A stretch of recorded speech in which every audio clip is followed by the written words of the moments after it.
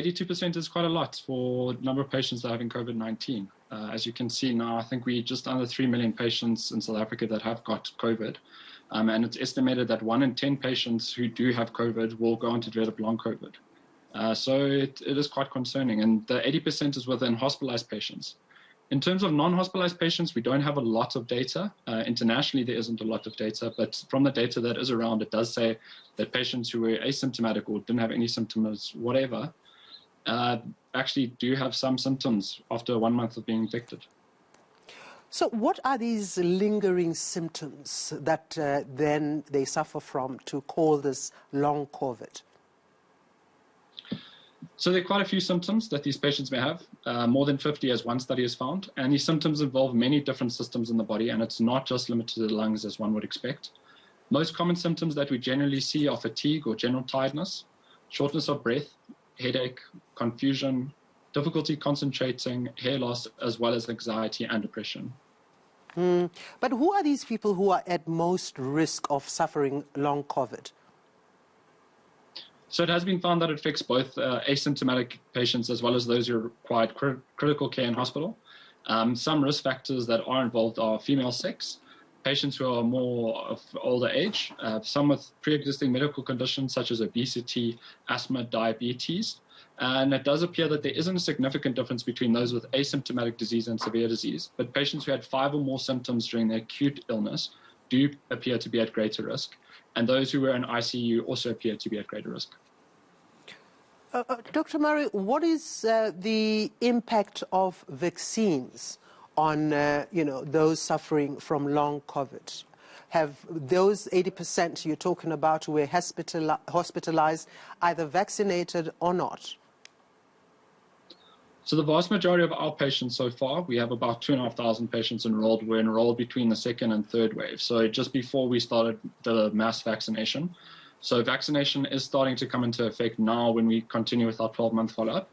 There is some evidence coming out of the UK that suggests that there is no contraindication to being vaccinated. And there is some benefit that may actually be had. So some patients who were vaccinated after they had their acute COVID illness and developed long COVID have now seen improvement in their symptoms faster than the others. In the study that you did, were you able to find out the causes and the reasons behind this long COVID and its persistence? So the simple answer is we don't know. And there are many possible explanations as to why these patients are experiencing their decline in health months after they first became ill. In addition, there is a complexity that so many different systems in the body are affected that it's difficult to find an exact reason. So some of the reasons that are suggested are damage to the body during the acute infection, disruption of normal immune and inflammatory responses, and we also need to consider the impact of hospitalization that has on a patient. Being in hospital is a very stressful event, and especially if the patient is admitted in intensive care. But considering that long COVID is happening in those who weren't in hospital, this may be insignificant. In addition to these typical medical explanations, we need to consider the impact of lockdown and the pandemic as a whole that it has on these patients and the impact it has on their well-being. And with those, who suffer from obesity and also cardiovascular, diseases as well, what treatment is there for all these people who are suffering from long COVID? And you talked about it, lasting more than a month after hospitalization. How far long can it go as we wrap up? So as long as it goes, there was a recently published study that's followed up patients for the last 12 months, and 49% of those patients still have symptoms. Thankfully, this is actually a decline from their previous follow-up, which at 6 months was 68%. So they dropped from 68 to 49%. And we're seeing similar declines in our study. In terms of treatment, first and foremost, patients need support and understanding. This is a real problem that is happening around the world to patients from many different countries, and it shouldn't be trivialized. And generally, these patients can be managed by a family doctor or at a local clinic, and this management is typically specific to each individual patient.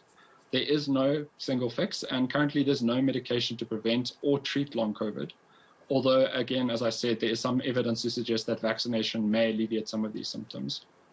The only way to really prevent long COVID is to prevent getting COVID in the first place and continue to wear a face mask in public, washing your hands, social distancing at all times, and last but not least, vaccination.